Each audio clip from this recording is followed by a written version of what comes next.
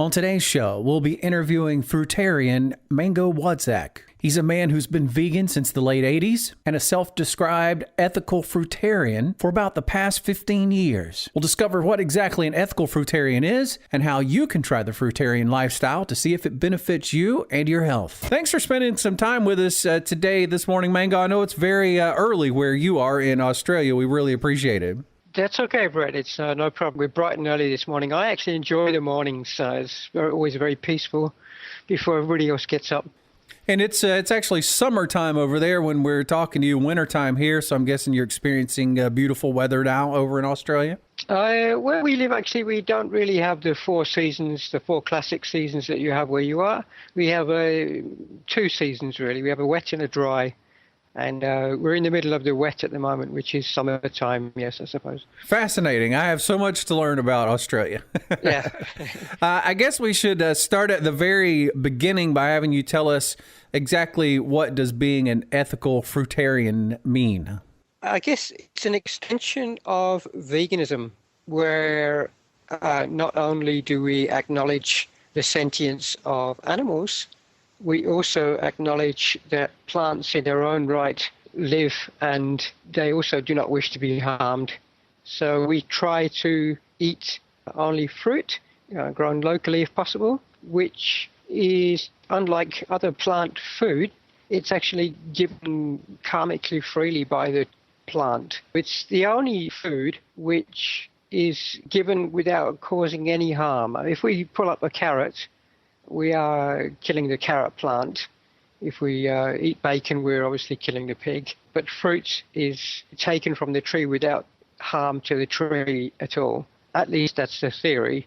In practice, it doesn't always work that way because of methods of agriculture that have been used all over the globe, which aren't exactly ideal, but at least it's more ideal than many other things that are grown, like monocrops of cereal. That's a fascinating theory. I don't think I've ever heard that before. So it does make some sense, though, on some level, because the fruit is a product of the plant. So you actually aren't actually eating the plant. You're eating something the plant produces.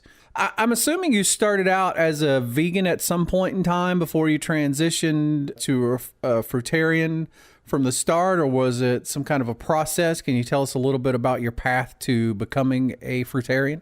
It all started for me back in the 1980s. I think it was probably about 1987. But I was at the cinema and I was watching the movie Indiana Jones and the Temple of Doom. It was in any case one of the Indiana Jones movies.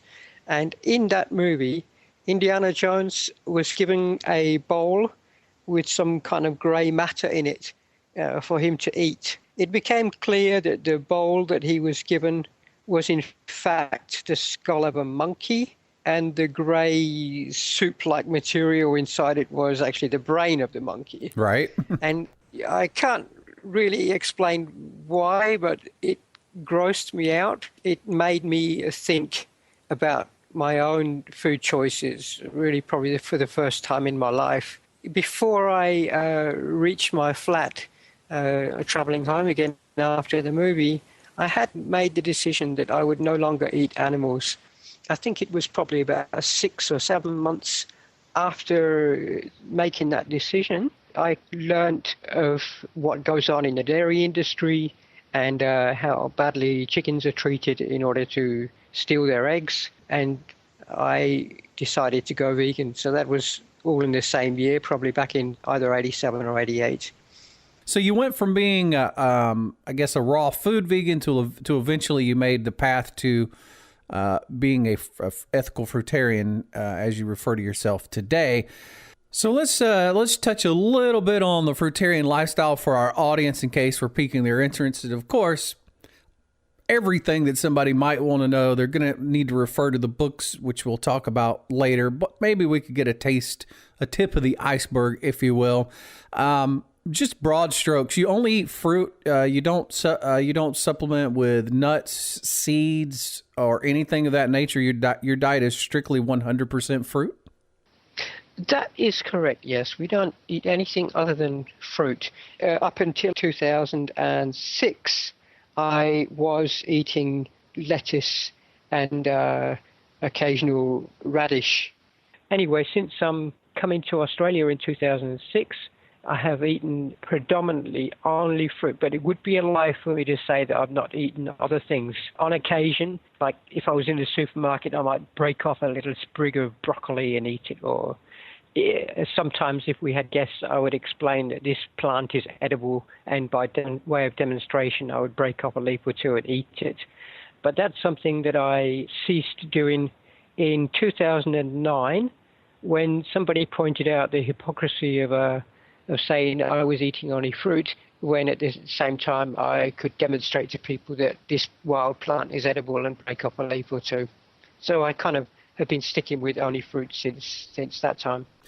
I would guess the first probably question our listeners would have would be, do you often have health checkups? Are you assured that you're not deficient in things like B12 and other types of minerals? Do you feel like you're at optimum health living on 100% fruit?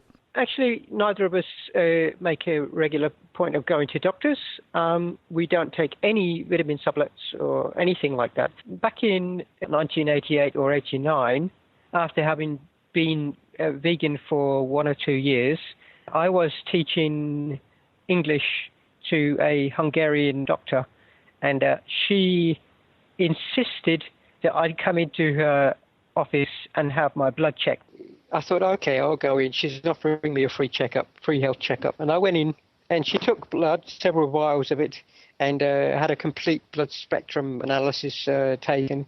And she noticed that the only one thing which was lower than it should have been was vitamin B12, which she informed me at the time was the lowest that she had ever seen. It was way below what it should have been. I never took any steps to rectify that because I've never experienced in my life any vitamin B12 deficiency symptoms. How many years ago was it that you were told you had the lowest levels of B12 she'd ever seen? How many years ago was that? Well, that was in 1980, probably 1989. Wow. And so you still, since that time, not done anything to supplement with B12, and you've had no B12 deficiency symptoms? No.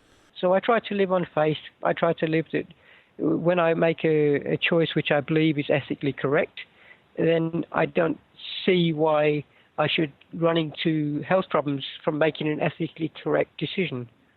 And I really try to steer clear of all talk of carbohydrates and calories and vitamins and minerals and all that.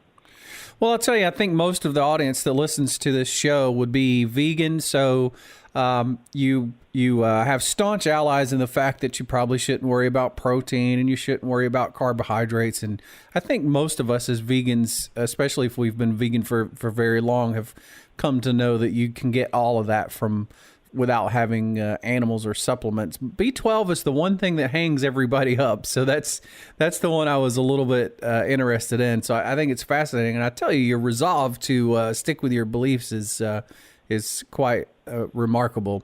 Let's say there's people listening to the show right now who are interested in trying the fruitarian lifestyle. Let's say they've listened to the show, a normal, typical vegan who may even be raw, or someone who cooks food but is still vegan, into trying fruitarianism. Should you try to eat a wide variety of fruits, or should you stick with just the fruits you like? Or do you have any tips for trying a fruitarian lifestyle?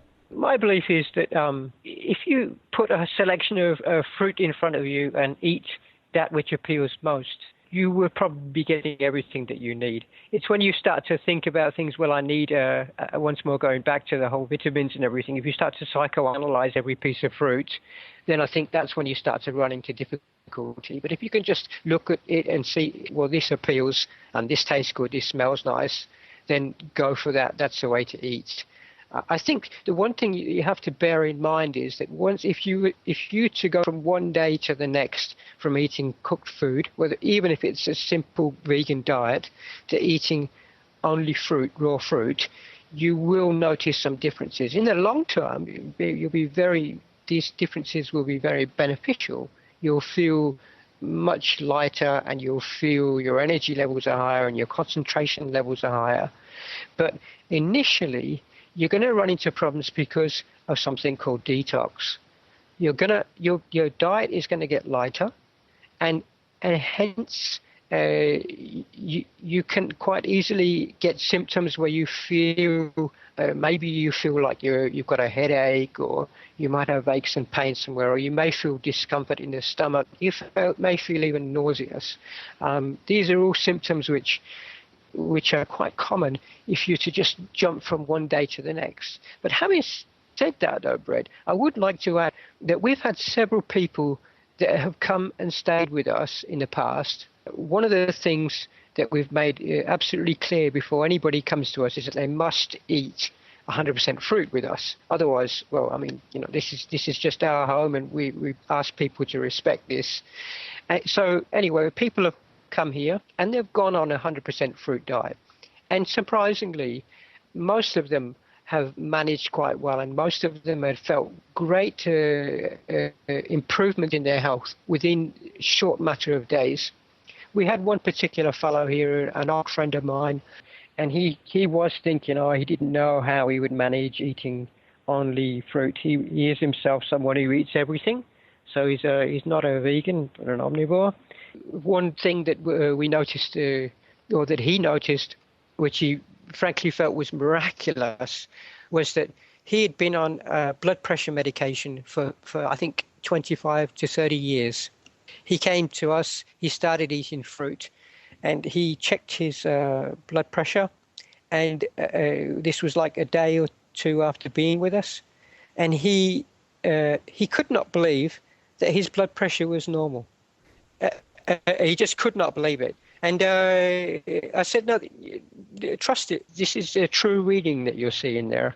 I think he went back and checked his blood pressure on a different machine, and it was low. He could not believe it. He came in, the first day he was here, he was snoring like a jet engine. We, sleeping in the bedroom right next to his, we thought, we're never going to get any sleep if we're here for 3 weeks. We're not going to be able to survive this. And this may sound incredible. In fact, it is incredible. I mean, there's no doubt about it. But within 3 days, he'd stopped snoring. So to summarize your thoughts on trying fruitarianism, or, if you want to give it a 6-week try, 21-day try, people like to do these types of things to see how it makes them feel. Yep. Generally, just whatever fruit appeals to you is what you would eat. And I think a lot of people subscribe to that philosophy. Your body knows what it needs.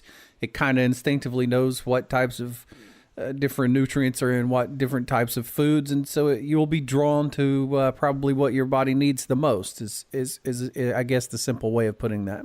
Yeah, you could say that. Although you shouldn't fall into the trap of thinking, well, if the body knows what it needs and it feels like it wants pizza, then it should eat pizza.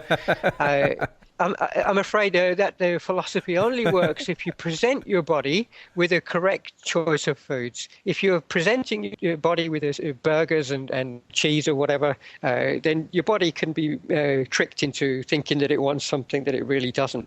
What is your thoughts on blending in smoothies? Because I know when I ate only fruit, I would start my day with a smoothie. So I wasn't actually eating bananas and mangoes and pineapples. I was blending them up in a smoothie and drinking them. Is that fine? Do you think there's any kind of problem with that? Or what are your thoughts on doing smoothies? I think there's absolutely no problem with that, Brett. I mean, we tend to drink an awful lot of juices. In fact, we're sort of a borderline liquidarian in many ways. We first meal of the day is a juice that we have 1.5 liters of juice each, my partner and I. And that will be maybe mango, orange, banana smoothie. And then later on in the day, we will have a juice which is made predominantly from cucumbers, tomatoes, and pumpkin at the moment. We're eating a lot of pumpkin, juicing a lot of pumpkin. We have a slow-press juicer, which I recommend for everybody, really. It's the best way to juice your food. So let's talk a little bit about your books. The first of your 2 books, Destination Eden, Fruitarianism Explained. This book has been out for a while. It's in several languages all around the globe. What exactly is the book about, and what will we learn or gain if we added this book to our library? I think the predominant focus of both of my books, actually, is about manifesting Eden. I believe that Eden is Earth's true state, My first book goes through every step of where we're currently at. So I talk about omnivorism, vegetarianism, veganism, raw food, and fruitarianism. And I also go into more detail about things like naturism, the importance of getting out in the sunshine, getting the sun on your body as much as possible, walking barefoot. I think that it's a tremendous benefit to one's health to walk barefoot, to not wear shoes. It's just one of the many things in human society that we take for granted is that we need to wear shoes. And we don't realize what an injustice it is to our feet, really, that we walk around with these things, clumpy things on our feet, when we could just as easily be walking around feeling the heart of the earth coming up through our feet. One thing that I'd like to mention about my second book, it's I like to think of it as a nice resource actually for vegans to ever get into debates with non-vegans. My first chapter is dedicated to answering every single mundane question that non-vegans ever pose against veganism. So they're sort of counter arguments in opposition to veganism. I've listed between 70 and 80 different typical responses that they give, and how you can answer those questions. So I think that's something which a lot of vegans will find quite useful if they ever get into a debate with omnivore. We have a fan base of a little over 100,000. I have a private vegan group of about 10,000, and I can't tell you how many times every day somebody asks me how to respond to this. Their sister is saying this to them, or their brother is telling them this is going to be bad, or their parents are concerned that this is, if they stay vegan, this is going to happen, and they don't really know how to answer those questions. So a resource like that would be great, especially for new vegans who can, they're new to veganism and they feel a little bit intimidated and maybe they don't know all the answers. I think that would be great for somebody in that position. I think I've come across pretty much every single question that's posed countering veganism, and I try to address every single one of those issues. And I hope I've done so. And if I haven't, I'd be happy if anybody lets me know and said, look, Mango, you've missed out this question, and I will try and add it into a future version of the book if it's not there. But I think that I've done a pretty good job of covering it. I'll tell you, you're one of the more interesting and fascinating vegans that I've spoken with, and I really appreciate you spending time with me on the show today. Thank you so much for being on the show today and spending time with us. I look forward to, I haven't read your books yet, but I'm actually planning on ordering them and reading them myself, and I'm sure many of our listeners are going to get enjoy from them as well, and hopefully we'll get to talk to you at some point in time in the future. Thank you very much.